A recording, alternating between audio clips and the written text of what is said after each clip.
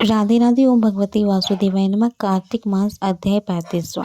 इतनी कथा सुनकर सभी ऋषि सूत जी से बोले, हे सूत जी, आप सभी हमें तुलसी विवाह की विधि बताइए। सूत जी बोले, कार्तिक शुक्ल नवमी के द्वापर युग का आरंभ हुआ, अतः यह तिथि दान और उपवास में क्रमशः पूर्वहिता पार्यपिनी हो तो ग्रह है। इस तिथि को नवमी से एकादशी तक मनुष्य शास्त्र विधि से तुलसी के विवाह का उत्सव करे और उसे कन्यादान का फल प्राप्त होता है। पूर्व काल में कनक की पुत्री किशोरी ने एकादशी के तिथि के संध्या के समय तुलसी वैवाहिक विधि संपन्न की। इससे वह किशोरी वैद्य दोष से मुक्त हो गई। अब उसकी विधि बतलाती हूँ। 1 तोले स्वर्ण की भगवान विष्णु की सुंदर प्रतिमा तैयार करे अथवा अपनी शक्ति के अनुसार आधे या चौथाई तोले ही प्रतिमा बनवाए। फिर तुलसी और भगवान विष्णु की प्रतिमा के प्राण प्रतिष्ठा करे और पूजा करे। पहले देश काल का स्मरण करे, गणेश जी की पूजा करे, पुण्य हवचन कारण नंदी शुद्ध करे। तपश्चात वेद मंत्र के उच्चारण और बाजे के साथ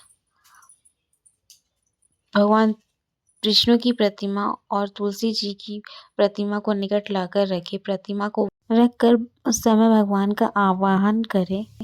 भगवान केशव, आइए देव, मैं आपकी पूजा करूं कि आपकी सेवा में तुलसी को समर्पित करूंगी। आप मेरा संपूर्ण मनोरथ को पूर्ण करें। इस प्रकार आवाहन के पश्चात 3 बार अर्घ्य और विशिष्ट का उच्चारण करें। इन्हीं में बारी बारी भगवान को समर्पित करें। फिर 3 बार उच्चारण करके भगवान का आचमन करें। इसके बाद कंस के बर्तन में दही और घी मधु रखकर उसके पात्र में ढककर तथा भगवान विष्णु को अर्पित कर दीजिए।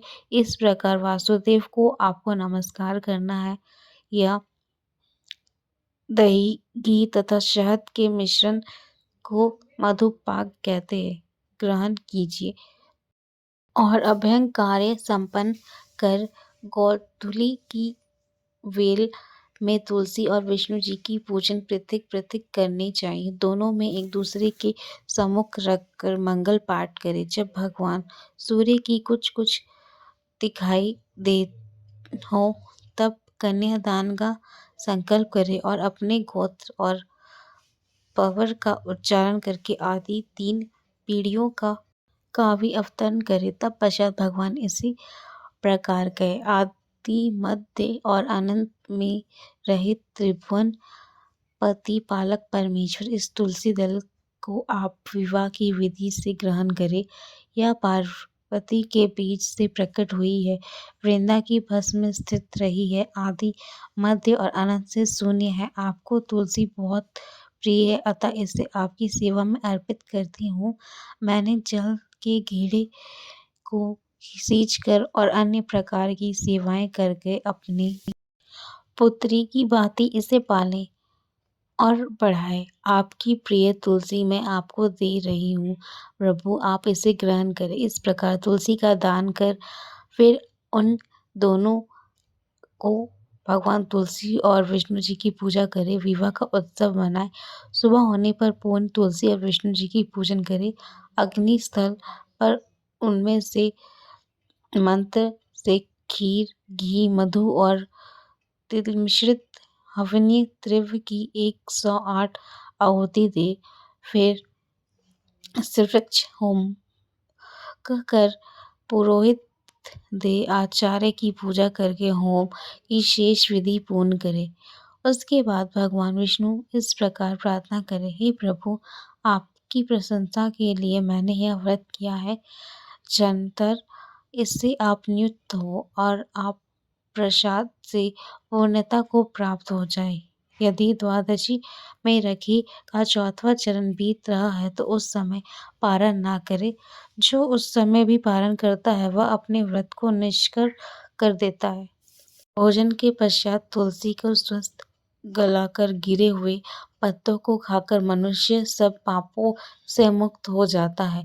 भोजन के अत्यंत में ऊख, आंवला और पैर का फल रख लेना उचित दोष मिट जाता है। तदनंतर भगवान का विसर्जन करते हुए कहे, हे भगवान, आपकी तुलसी के साथ वैकुंठ धाम में पधारो प्रभु, मेरे द्वारा की हुई पूजा ग्रहण करो, आपका सदैव संतुष्ट करे। इस प्रकार देवेश्वर विष्णु के विसर्जन कर के मूर्ति आदि सब सामग्री आचार्य को अर्पण करे। इससे मनुष्य कृत हो जाता है।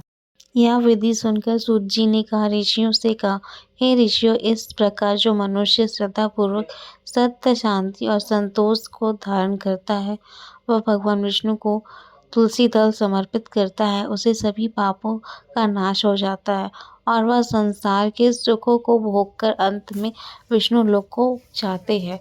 हे ऋषि, यह कार्तिक महात्म्य का सभी रोगों और संपूर्ण पापों को नाश करने वाला है। जो मनुष्य इस महात्म्य को भक्ति पूर्वक पढ़ता है और जो सुनाकर धारण करता है, वह सभी पापों से मुक्त होकर भगवान विष्णु के लोक में जाता है।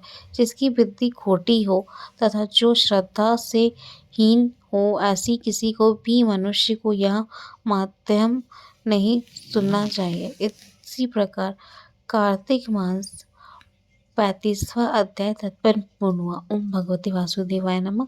राधे राधे।